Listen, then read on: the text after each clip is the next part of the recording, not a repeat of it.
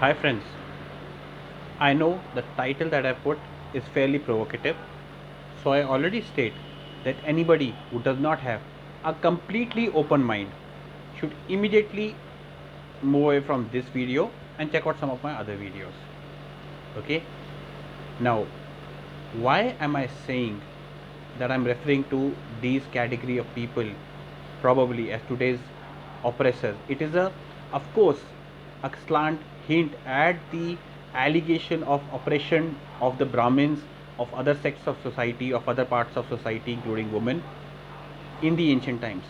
Now, whether that oppression is true or false, I am not going to comment on it. It is for historians to comment. My interest area here is my and your spiritual journey. So please, I don't want anybody creating any controversy out of it or feeling bad. Anybody whose feelings could be the least offended should stay out of this video. Okay. Now, I have said that this is turning us into sheep who are incapable of thinking for themselves. Why do I say so? Watch till the end of this video. Considering the length of the video, I am only going to touch on one topic today, astrology. But I will leave a little bit of teaser and a fact that I assure most of you will not know about tarot cards in the end. Okay, so watch out till the end of my video. Now, I have nothing against astrology.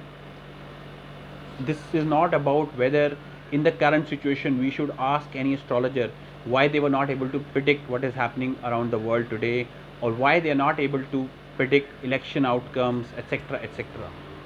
I am not getting into the veracity or the truth of the field, but this is relating to all those who know many friends, etc., who repeatedly go to such astrologers and come back with many upays suggested by them, which will take away life's problems.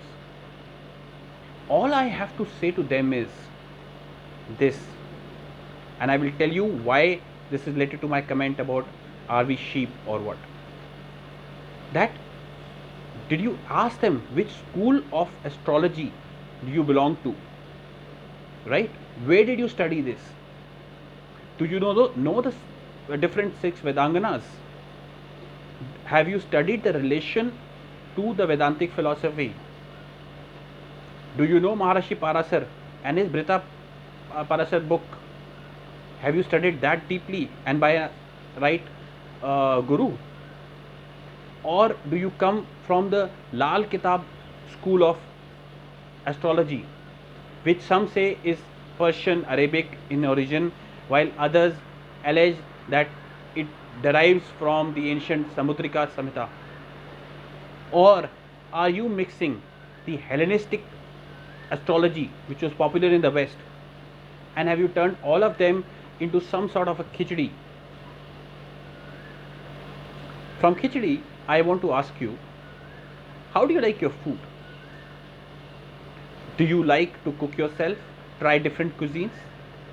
Or you are one of those who really don't know how to cook, but still have a lot of view upon how the food is served to you? I mean, maybe it should have been more spicy, maybe should have added this, blah blah. Or do you like that the cook serves you the same food every day, whoever is cooking in your family, I mean, and probably spoon feeds you too the same dish every single day? I'm sure most of you would say, no, I belong to the first or the second category. So, why do you interfere so much? Because food is a very, very, very important part of your life, right? But if it comes to stuff like plumbing and electrical work, you just call a person, he comes, he fixes something, and you pay him some money, and that's the end of story. Why? Because you say it's a very trivial thing in my life. I really don't have time and energy to spend understanding what he's doing.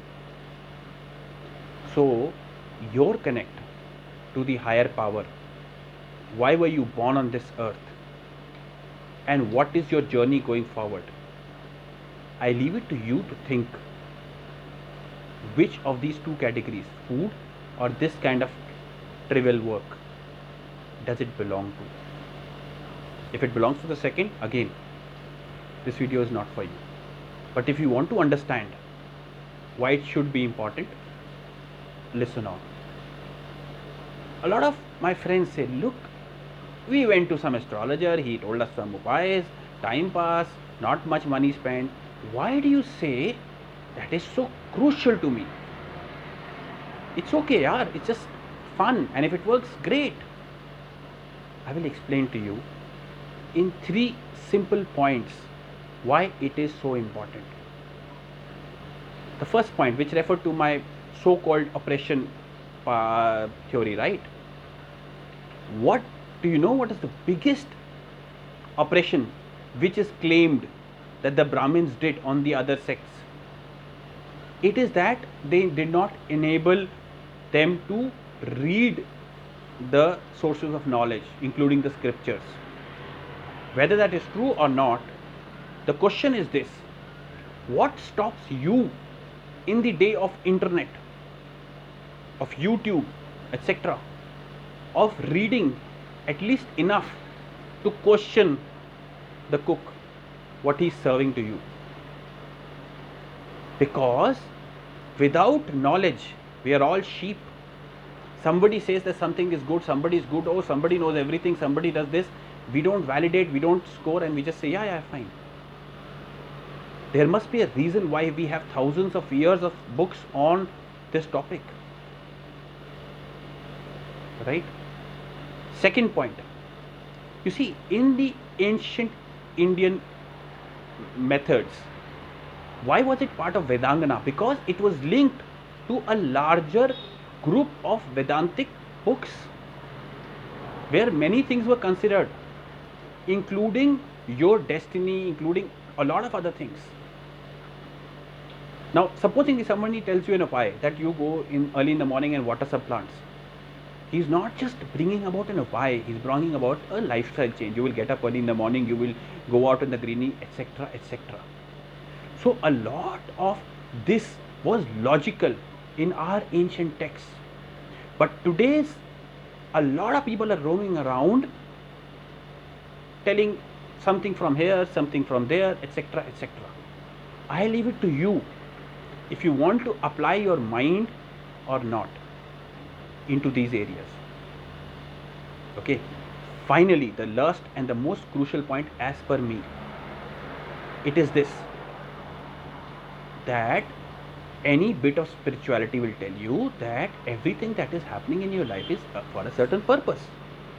So anything that you want to do to pass that issue, to go to a higher level, to achieve more glory, or to do well in life, must be related to it. Not that you do some simple upaya and it will be done. Even the upaya must be linked somehow to your spiritual growth. Why this is dumbing your mind is, if you will not search for the truth yourself, if you will not connect this to the higher spiritual growth that you must achieve, then I'm sorry, we are not being fully human or using the potential that we have. Hence, sheep. Anybody can lead anywhere.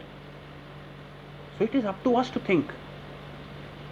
Even if we want to follow this, do we want to do this in a learned manner, or do we want to just copy paste so that this trivial thing in our lives called our life's aim and why we came on this earth can just be tackled by someone else, and he can just give us some simple upaya which can solve all our problems magically.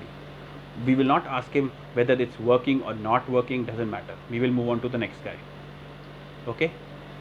Now, before ending, a small trivia that I promised, which will be the teaser to my next video. Tarot cards. Did you know that tarot cards started some around 500 years back in Italy, from where they went to France? And you know what was the purpose? They were just like playing cards. Check out online. Okay, they were just playing cards like the normal playing cards that you have, a different variation. There were many tarot card games. Then some 200 years back or so, somebody started doing divination out of them, and they became a source of fortune telling. Till today, In many countries in the world, they are used for playing many games, just like we use it in the normal playing cards that we know of. I'm not saying anything cannot be used for divination, but I want you to think about it and know why they were not used in earlier in Indian school of astrology, and why they have suddenly become popular today. Thank you. Check out my other videos on my 5-minute mystic series if you are interested in this kind of topics or any other topics related to spirituality. Thank you. Bye.